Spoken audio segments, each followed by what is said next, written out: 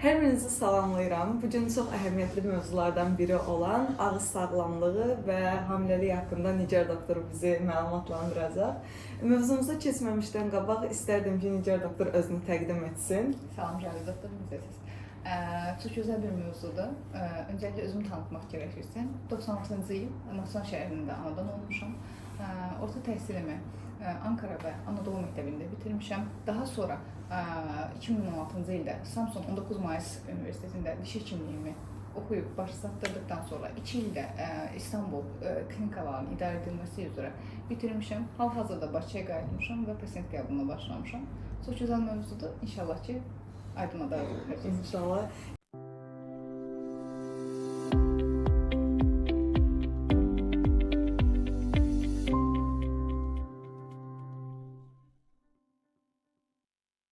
Hamiləlik hər bir qadın üçün gözəl, həm də çox xüsusi bir dövrdür.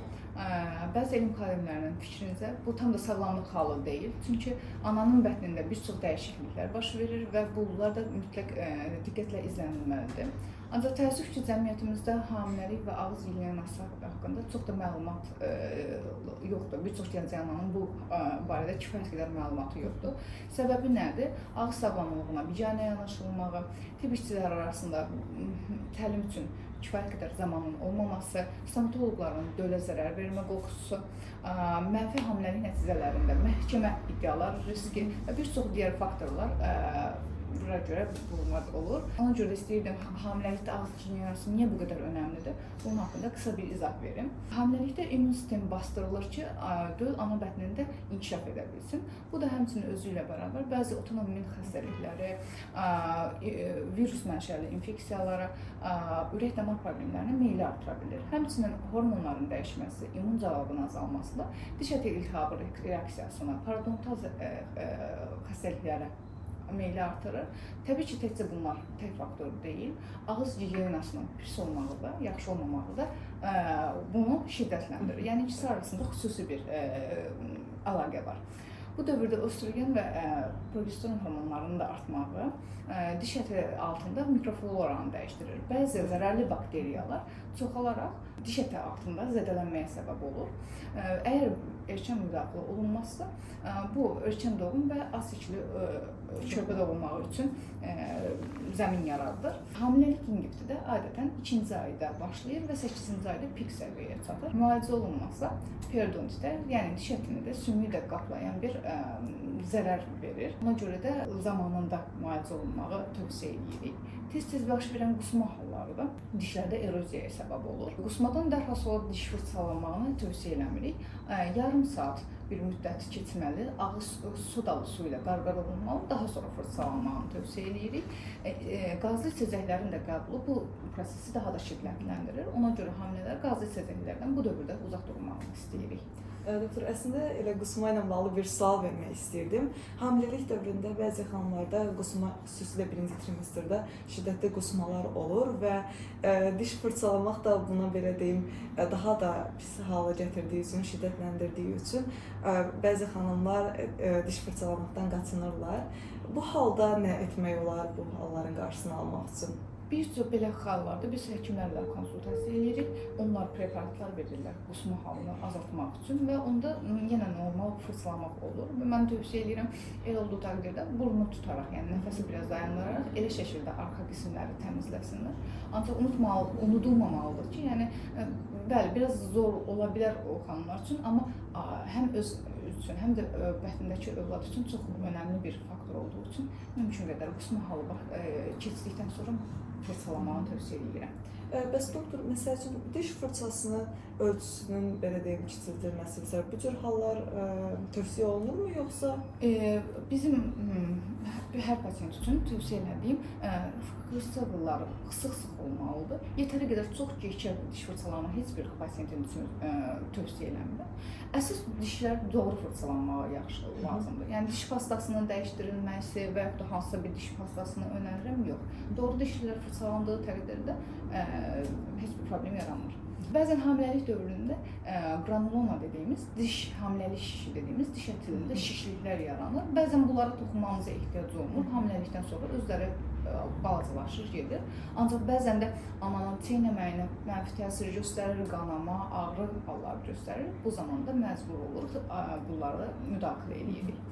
Diş müalicəsi üçün də ikinci trimestr dediyimiz 14-cü 20-ci həftələrdə daha çox müalicə eləməmiz daha yaxşı olur. İlk və son aylarda çox tövsiyə eləmirik, amma bəzən ehtiyac olduğu təqdirdə müalicə eləyirik. Bəs doktor, ikinci trimestrdə müalicə zamanı istisna edilən prosedurlar varmı? Yəni yenə də bunlardan qaçınılsa yaxşı olar dediyiniz? Təbii ki, çox zəruri olmayan, məsələn, dişlərin ağardılması prosesi, yəni belə zövqə görə proseslərdən, çox uzun müddətli oturmalı olduğu proseslərdən qaçınmağa çalışırıq. Sadəcə təcili diş əti sağlamlığını qoruyacağımız proseslər, çürüklər və yaxud da sinir ağrıları, bunları müalicə eləməyə çalışırıq. Elmi araşdırmalar göstərir ki, hamiləlik dövründə aparılan periodontal müalicələr erkən doğum riskini xeyli azaldır. Yəni ki, bu perinatal baxım üçün ayrılmaz bir hissədir. Qidalanma da çox soruşulur. Daha çox biz hamilələrə kalsium, fosfor, vitaminlərlə zəngin qidalanmağı tövsiyə edirik. Bəzi bizdə inanış var ki, övlad ananın dişlərindən kalsiumu belə deyək, sorur, çəkir. Bu yanlış bir inanışdır. Əgər orqanizmin vitamin ehtiyacı varsa, bu sümüklərdən alır o kalsiumu. Analar da təəssüf ki, karbonhidrat daha çox bəslənirlər, kalsium içərikli bəslənirlər. Bəzən də hamilə olanda insanlar daha çox belə deyim, fərqli növ qidaları birlikdə qəbul edirlər və qida qəbulu da artır. Bu halların ağız sağlamlığına təsiri çox böyük təsiri var. Çox gözəl sual verdin. Mən əsasən də nəyə diqqət edirəm? Hamilə analar çox yatağın yanında yemək saxlayırlar. Gecə aclığı təqdirdə yemək atsın ağzına. Bu elə ən böyük bizim üçün problemdir. Dişlər sağlamlığı üçün. Daha sonradan hamiləlik bitəndən sonra deyirlər ki, hamiləlikdə uşağa görə belə oldu. Bunlar qətiyyən əsası yoxdur. Gecə acınma hallarında su içməyimizi, təəssüf ki, çünki qidalanırsınızsa yarım saat sonra dişlərinizi fırçalamalısınız. Daha çox şəkərli qədalar qəbul edirlər, karbonhidratı qəbul edirlər. Yenə dediyim kimi, bunlardan da sonra lazımdır ki, yarım saat sonra dişlər fırçalansın. Yəni bunlara diqqət etdiyimiz təqdirdə hamiləlikdə heç bir başqa bir problem yaranmır. Və dərman qəbulundan danışmaq istəyirəm biraz da. Hansı dərmanları biz verə bilirik? Ağrı kesicilərdən parasetamol qrupundan verə bilirik və klinikada elədiyimiz lidokainlər adi dozda da vurulduğu təqdirdə heç bir başqa bir problem yaratmır və antibiotiklərdən də penisinlər, sefalosporin qrupu dərmanları verə bilirik. Ancaq yenə də biz bunları pasiyentimizin həkimi ilə də daimi əlaqədə olaraq eləyirik. Və əgər biz rentgen almaq məcburiyyətimiz varsa, quruluşun önlüklər taxılaraq bunlar edilməlidir və çalışırıq ki, bundan yayınaq. İlk trimestrdə də daha çox bundan yayınmağa çalışırıq. Yəni, qısacası, hamiləlik düşünən analar hamiləlikdən öncə mütləq şəkildə ağız sağlamlığı tam olmalıdır, bərpa olunmalıdır. Çürüklər, diş ətində hər hansı bir infeksiya, diş daşları olmamalıdır. Buna görə müalicəni aldıqdan sonra hamiləlik planlasalar daha gözəl olar və hamiləlik dövründə istəyirik ki, sakit bir dövr keçirdək. Amma əgər yox, bir narahatçılıq olarsa, ehtiyac olarsa, həkimlə konsultasiya eləyərək prosedurlarımızı eləyirik. Çalışırıq ki, həm ana, həm övlad sağlam şəkildə bu dövrü 9 ayı gözəl bir şəkildə keçirsin. Əslində doktor, belə deyə bilərik ki, hamiləlik dövründə uşağın anaya olan təsiri azdır, nəinki ananın övladına olan təsiri. Bu sənin dediyində mənə bir nüansda ağlıma gəldi. Deməli, mən daha çox nəyə diqqət edirəm? Ananın ağız sağlamlığına diqqəti övlada da təsir eləyir. Bəzən o körpə yeni doğulubdur, fikir verirəm, sosqanı, qaşığı ana ağzına qoyur, daha sonra da uşağa verir. Bu mütləq şəkildə deyirlər ki, anasıdır, anasından olsun. Xeyr, bu səhv inanışdır. Körpənin ağzı sterildir, sağlamdır. Bizim ağzımızda bir çox bakteriya var ki, bu bizə zərəri yoxdur, amma övladımıza zərəri var və biz o qədər bakteriyanı uşağın ağzına yerləşdiririk və düşünün ki, daha sonra bu uşağın süd dişləri çıxdığı zaman çürük deyirlər, mən fırçaladım və yaxud da mən bunları vermədim.